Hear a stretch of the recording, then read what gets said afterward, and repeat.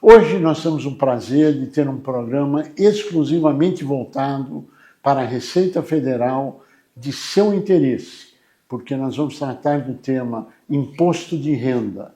Existem novidades, existem prazos e temos o privilégio de estar recebendo hoje o Superintendente Adjunto da Receita Federal de São Paulo, Dr. Cláudio Ferrer de Souza, o delegado da Delegacia de Pessoas Físicas da Receita Federal, Dr. Cláudio Afonso de Andrade, o supervisor do Programa de Imposto de Renda do Estado de São Paulo, Dr. Ricardo Roberto Mendes Ribeiro Júnior. É um prazer tê-los conosco. É uma satisfação, Dr. Cury. Nós vamos começar com a primeira grande indagação. Qual a diferença de pessoa jurídica e pessoa física?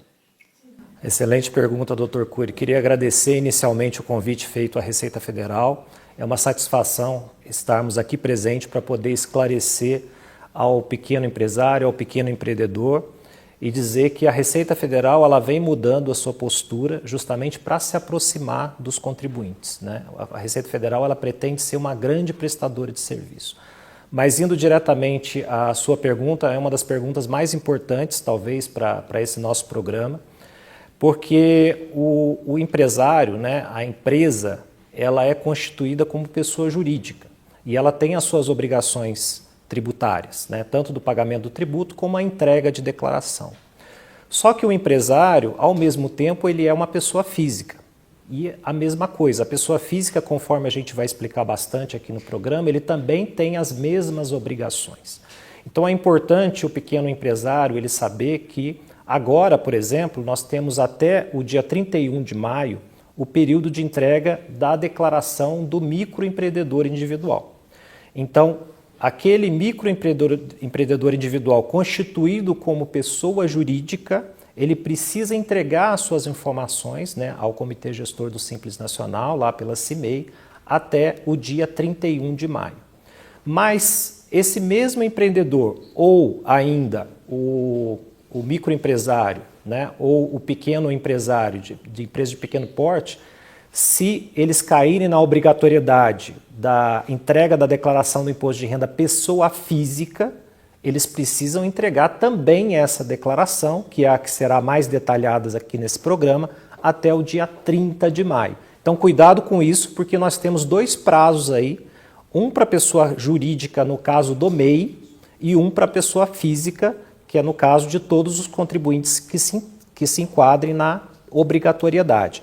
No caso da microempresa e empresa de pequeno porte, né, eles já tiveram a sua entrega de declaração lá no mês de março. Então o MEI que tem que tomar cuidado aí para não se confundir.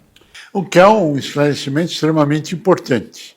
A diferenciação no prazo do MEI, 31 de maio, e da pessoa física, dia 30 de maio. É isso? Exatamente. Aí talvez o Ricardo possa explicar um pouco mais por que é 30 e é 31 de maio. Que é a próxima pergunta, por que que é? Bom, o que acontece? Nós estamos falando de duas obrigações diferentes, né? Uma da pessoa jurídica, que o prazo independe de data, de dia útil, né? Então sempre vai ser o último dia de maio. Já o da pessoa física, quando eu vou fazer uma declaração, eu tenho também muitas vezes um imposto a pagar, né? Então esse imposto só pode ser pago em dia útil. Então é o último dia útil do mês. Então, por isso essa diferenciação, porque o dia 30 de maio vai ser uma sexta-feira, que é um dia útil, e 31 de maio, que é o sábado, que é um dia não útil. Então, para a pessoa física, vamos lembrar, 30 de maio, prazo final de entrega da declaração é 23h59, ainda tem bastante tempo para fazer, a declaração é simples de fazer, né? E o MEI tem até o dia 31 de maio para entregar a sua declaração também. Não deixa para a última hora, vamos entregar antes, com calma e tranquilidade. Mas a pergunta é, até hoje, quantas declarações já foram entregues antes do final do prazo, claro? Então, eu acessei agora há pouco, já haviam sido entregues mais de 18 milhões de declarações. O esperado para esse ano em todo o Brasil é que sejam recebidas 46 milhões e 200 mil, mais de 46 milhões de declarações no país, aqui em São Paulo, no estado de São Paulo, em torno de 14 milhões. Então a gente está um pouco abaixo da metade. O que é um número extremamente bom, porque no Brasil se deixa as coisas realmente para o final dos prazos. Então, está praticamente, ou quase na metade, é um ótimo sinalizador, significa que está andando bem. Mas a grande indagação agora é o seguinte: quais são as grandes novidades que tem aí no caminho? Bom, podemos começar pelas condições de obrigatoriedade. Isso. Né? Eu tenho algumas novidades para a condição de obrigatoriedade, só que não é uma novidade assim muito grande da legislação. Foram algumas atualizações que tiveram, principalmente de valores em virtude da correção da tabela progressiva. Então, para esse ano, aquele item que sempre está na imprensa, né? Eu preciso declarar, não preciso declarar? Então, se o contribuinte teve rendimentos tributáveis acima de R$ 33.888, só por esse fato ele já fica obrigado a declarar. Só que vão pensar que não é se eu estou abaixo, não significa que eu estou dispensado de declarar. São 12 condições, dá uma olhadinha lá no próprio site da Receita, no programa, quais são todas as condições. Por quê? Porque se eu me enquadrar em uma delas, eu já fico obrigado a declarar, não preciso nem me preocupar com as outras. Então, é aquela, se eu já recebi os 33.888 de rendimento tributável, paro aí, não preciso nem olhar o próximo item. Mas se não, eu vou lá para o próximo. Então, por exemplo, eu tenho também quem recebeu outros rendimentos. Vamos supor, eu tenho lucros e dividendos lá da minha empresa, vou somar com as minhas aplicações financeiras, com o meu rendimento de poupança, com o aluguel que eu recebi, vou somar tudo. Se for acima de R$200 mil, né, que aí são os rendimentos isentos, tributados ou tributados exclusivamente na fonte, superior a R$200 mil, também é uma condição de obrigatoriedade. Outra que é muito importante a gente lembrar também é ter bens ou direitos acima de R$800 mil. Só por esse fato já obriga a declarar. E eu tenho vários outros, aquele que teve ganho de capital, teve rendimentos lá, fez vendas na Bolsa de Valores acima de 40 mil, fica também obrigado a declarar. Né? Para esse ano nós temos algumas novidades, que é aquele que tem rendimentos de aplicação financeira no exterior, sujeito ao ajuste na declaração. Então essa é uma condição nova para esse ano. Então se você tem esse rendimento, você fica obrigado a declarar. E dá uma olhada lá também, se você era residente no exterior e passou a condição de residente no Brasil no ano passado, e várias outras, porque a gente precisa ver se eu preciso ou não declarar. Preciso declarar, junto minha documentação, e tenho prazo até 30 de maio para entregar a declaração. Tem dois prazos, 30 e 31. 31 é o da declaração da MEI, da pessoa. 30, e eu estou batendo bastante na tecla do MEI, porque não se está falando, via de regra, né, no prazo do dia 31, que é para o MEI. Por isso, a insistência e a importância, até pelo número gigantesco de empresas hoje registradas no MEI, mais de 16 milhões de empresas no Brasil inteiro. Bom, mas existem várias coisas que são muito importantes. Existem 20 milhões de empresas na informalidade, nós estamos fazendo um trabalho para se formalizar, e aí ele faz o registro, ele tem um CNPJ, ele entra no GovBR, aí ele dá esse cartão para quem, qual o risco que ele corre, qual é a advertência que a Receita Federal orienta as pessoas nessa prestação de serviço que nós estamos fazendo hoje. Então, Cury, você abordou uma questão que é a conta GovBR, e é bem importante. Essa foi uma ferramenta criada pelo governo federal, já tem uns 3, 4, 5 anos, que não é da Receita. É do governo federal, é de outro ministério e serve para acessar diversos serviços do Executivo Federal. Então, ela é uma chave para você entrar no E-Social, no meu FGTS, no INSS, você consegue fazer procurações, você consegue até fazer empréstimos com essa conta. E também você consegue transferir um carro também, e você consegue também entrar no ECAC, que é o Centro de Atendimento ao Contribuinte da Receita Federal. Você consegue baixar a sua declaração pré-preenchida, que é outro assunto importante aqui para o nosso tema. Então, é uma chave extremamente importante e semelhante a uma senha do banco. Então, qual é a advertência que a gente faz aqui? É uma coisa que você deve fazer e uma que você não deve. Então, vou começar pela que ninguém deveria fazer. É passar essa senha para um contador ou para um amigo ou para um parente fazer a sua declaração. Não passe que você vai estar passando uma senha que dá acesso a N tipo de serviços e pode ter algum tipo de erro, de fraude, e existe uma forma de você repassar essa função para outra pessoa, sem passar a senha. Basta você entrar no ECAC da Receita Federal, falando de imposto de renda, sim, emitir uma procuração eletrônica em nome daquela pessoa. Então, aquela pessoa que vai fazer a sua declaração, ela vai atuar em seu nome, mas ao se logar no sistema, o sistema vai saber que ela está fazendo em seu nome. Então, se tiver algum erro, alguma fraude, ela vai ser a responsável, essa pessoa que está com procuração. E diferente de quando você passa a senha para alguém, ela vai atuar como se fosse você, e se um terceiro ou um quarto fizerem isso, você não vai saber quem fez em seu nome. E a outra coisa era o que você deve fazer. A gente recomenda que o contribuinte faça a ativação da verificação em 2 etapas. Isso acontece com bancos. Hoje os bancos utilizam esse tipo de coisa. Você vai acessar um banco qualquer de mercado, você precisa ter sua senha e um código geralmente que está no aplicativo do celular. E a mesma coisa na conta GovBR. Então essas 2 medidas são muito importantes para não ter nenhuma consequência ruim. E com essa procuração, ele pode fazer toda a contabilidade da empresa, fazer tudo sem que ele passe o documento do GovBR para o contador ou para o advogado ou para quem quer que seja? Essa procuração ela é bem ampla, é fácil de fazer, é dentro do ECAC, então a pessoa física entra com sua conta GovBR, se loga e procura onde ele deve fazer a procuração. Ele pode fazer uma procuração ampla, concedendo poder para delegar a essa outra pessoa todos os serviços disponíveis, ou ela pode escolher qual que eu vou delegar, e ela pode simplesmente escolher declaração de imposto de renda. Então, ela só vai estar passando esse serviço. Pode restringir. Pode. Por data, inclusive, ou pode ser sem data. Pode colocar uma data até o final do prazo, ou um pouco depois, porque pode ter consequência, ou deixa sem data, e aí vai estar valendo até o dia que você quiser revogar essa procuração. Então, é bem amplo a possibilidade de você manejar essa procuração. Que é outro tema que dificilmente é abordado nessa prestação de serviço, é mais um furo de informação. Primeiro são as 2 datas, o segundo é a importância desse documentação, os riscos que isso traz. Mas a coisa não para aí, nós temos que bem mais. Nos conta que mais que nós temos de boas novidades que são importantes dizer. Por exemplo, atividade social. Todo mundo tem que pagar o imposto de renda. Declarou, tem que pagar. Declarou, precisa pagar. Sim.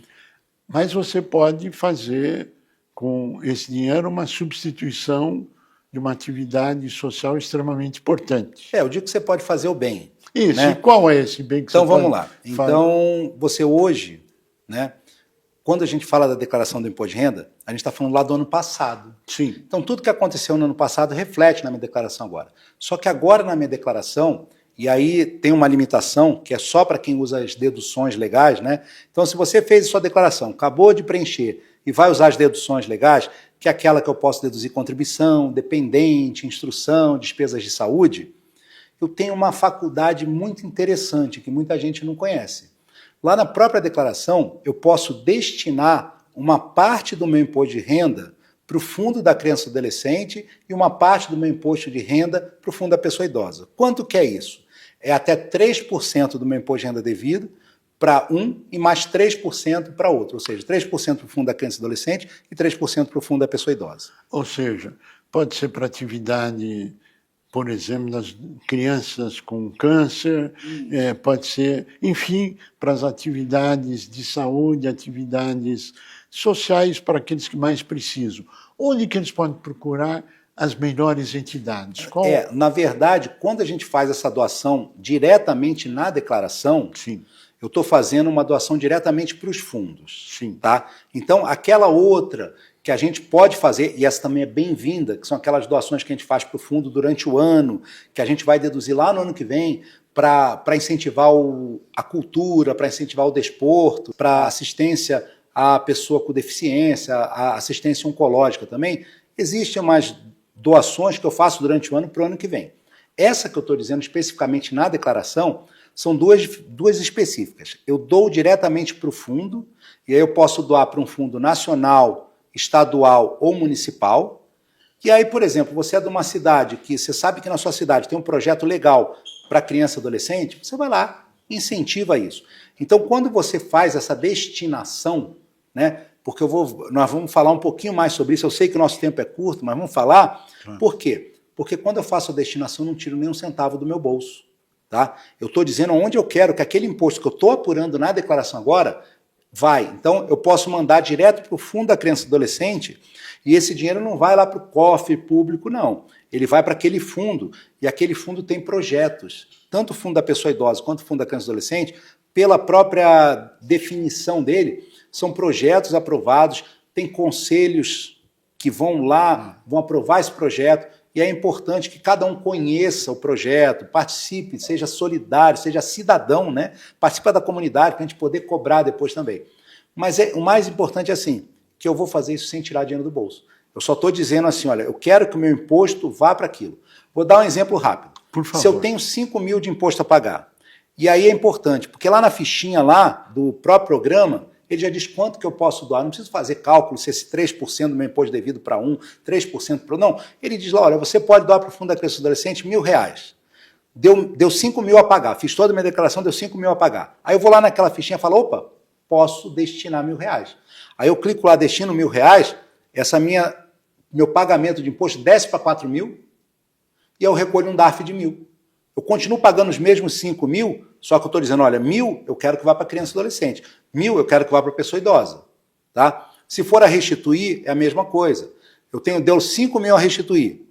Eu vou lá, vejo lá doações na declaração, tem R$1.000. Quando eu coloco lá R$1.000, essa minha restituição sobe para 6. Então, eu vou adiantar R$1.000 agora, eu sei que o pessoal fala, não, mas eu estou tirando do bolso. Não, você vai adiantar, mas você vai receber 6, não vai receber mais 5. E esse 1.000, ele vai ser corrigido pela Selic. Quando você receber a restituição, ela é corrigida pela Selic. Quer aplicação melhor que essa? Né? É lógico que a gente não está pensando em aplicação, a gente está fazendo bem. Mas claro, até um consolo, né, para a gente lá, um incentivo para fazer essa destinação. Essa é a terceira novidade aqui no programa, que você não tira dinheiro do bolso, mas você aplica de uma forma saudável. Não que pagar imposto de renda não seja também uma forma saudável para uma utilização saudável, mas que indiscutivelmente você vai além da obrigação tributária do pagamento, e se você se envolve na atividade social e fazer um bem com dinheiro destinado ao imposto de renda. Mas a coisa não para por aí. Nós temos mais alguns minutos aqui de programa e nós queremos explorar. Conta pra gente a próxima novidade. Olha, essa não é tão novidade, mas é extremamente importante. Eu diria que é a declaração pré-preenchida. A gente recomenda, ano após ano, e a gente tem uma campanha grande em cima disso, que todo mundo que tem que fazer a declaração de imposto de renda comece a fazer a partir da declaração pré-preenchida. Então, você tem que ter acesso à conta GovBR, e com esse acesso você consegue baixar para o seu programa ou fazer diretamente no ECAC e todos os seus dados já estarão lá. E o que vem na declaração pré-preenchida? Virão os dados da declaração do ano passado, das suas fontes pagadoras relacionado também ao que você recebeu no ano passado, as despesas médicas, saldos bancários, lucros em investimentos também vêm carregados. Lembrando que essas informações que vêm na pré-preenchida são informadas pelas fontes pagadoras. Sim. Então é dever do contribuinte verificar se essas informações estão corretas, porque pode ter algum erro. Se tiver um erro, a gente recomenda que ele retire essa informação e pode também deixar de vir alguma informação. Então, o correto é colocar aquela que não esteja já presente. Enfim, também tem informações de operações imobiliárias. E quais são as vantagens de usar a declaração pré-preenchida? Primeiro, que facilita o preenchimento.